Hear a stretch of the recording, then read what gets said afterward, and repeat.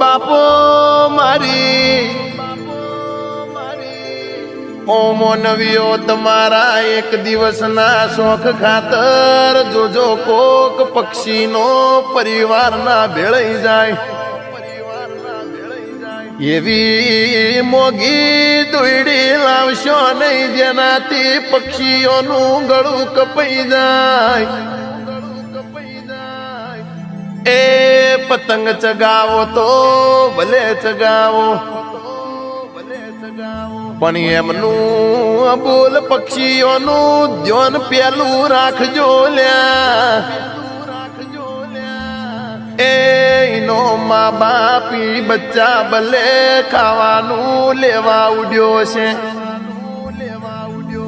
પાછા ઘેર નહીં જોઈ તો એમના છોકરાના ન્યાકા લાગશે